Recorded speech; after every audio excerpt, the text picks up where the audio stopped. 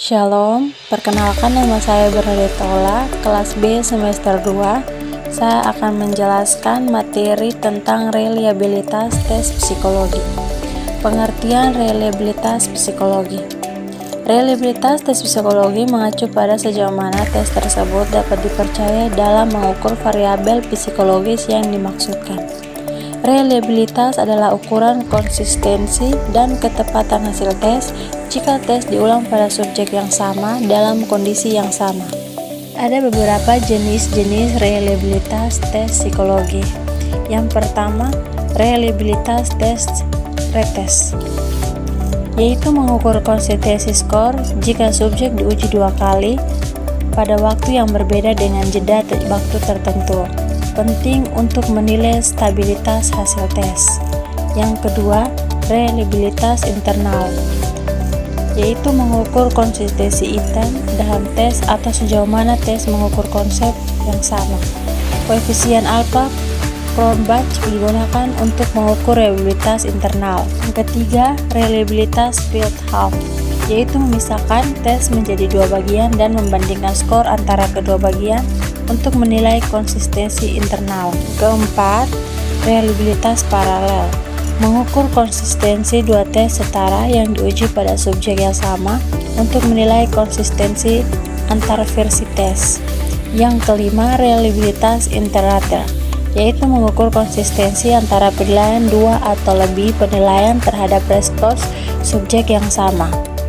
Ada beberapa faktor yang mempengaruhi reliabilitas. Yang pertama, konsistensi internal, yaitu sejauh mana item-item dalam tes saling berkorelasi. Yang kedua, stabilitas, yaitu sejauh mana tes menghasilkan skor yang konsisten jika diulang pada subjek yang sama.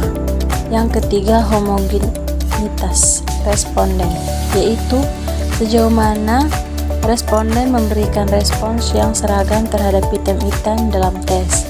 Yang keempat, kualitas instrumen, yaitu desain dan konstruksi tes dapat mempengaruhi reliabilitasnya.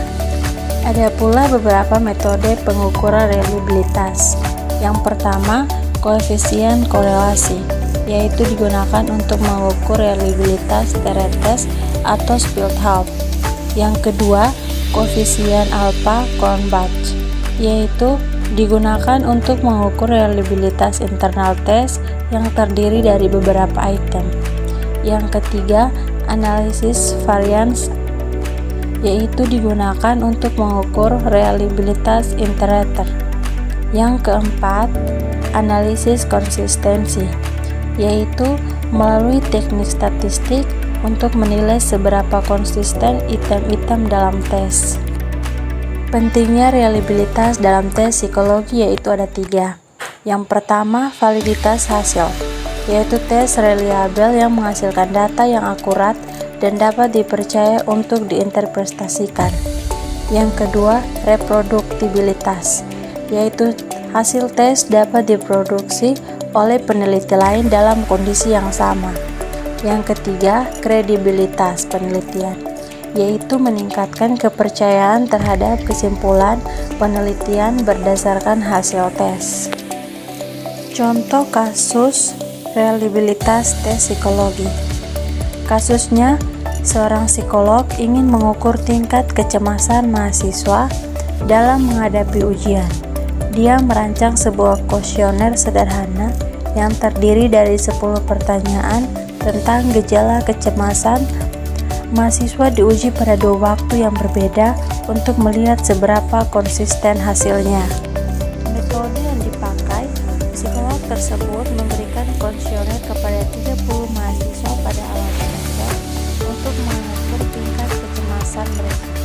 Menjelang ujian pertengahan semester, kemudian kuesioner yang sama diberikan kepada mahasiswa yang sama lagi menjelang ujian akhir semester. Untuk mengukur reliabilitas tes atau dari kuesioner, psikolog tersebut menggunakan koefisien korelasi untuk membandingkan skor kecemasan mahasiswa antara 2 waktu pengujian yang berbeda.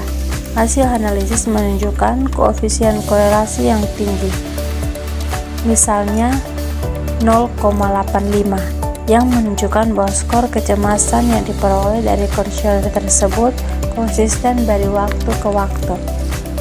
Kesimpulan berdasarkan analisis reliabilitas tes Reset di atas, psikolog tersebut dapat menyimpulkan bahwa kuesioner yang digunakan memiliki reliabilitas yang baik untuk mengukur tingkat kecemasan mahasiswa dalam menghadapi ujian. Hal ini memberikan keyakinan bahwa hasil kuesioner secara konsisten mengukur variabel kecemasan yang diinginkan. Dalam contoh ini, reliabilitas tes Reset digunakan untuk mengevaluasi sejauh mana kuesioner yang digunakan dapat diandalkan dalam mengukur kecemasan mahasiswa dari waktu ke waktu. Penggunaan metode pengukuran reliabilitas seperti ini penting untuk memastikan validitas dan keandalan instrumen pengukuran dalam konteks psikologi terapan. Kesimpulan yang saya ambil yaitu reliabilitas tes psikologi sangat penting karena memastikan hasil tes dapat dipercaya dan akurat. Peneliti harus memilih dan mengimplementasikan metode pengukuran reliabilitas yang sesuai dengan jenis tes dan tujuan penelitian. Dengan memiliki tes yang reliabel, interpretasi dan pengambilan keputusan berdasarkan hasil tes akan lebih tepat dan dapat diandalkan. Kita juga dapat mengerti bahwa reliabilitas tes psikologi merupakan aspek kunci dalam menilai keandalan dan konsistensi suatu instrumen pengukuran. Tes yang reliabel memberikan keyakinan bahwa hasilnya dapat dipercaya dan dapat diandalkan.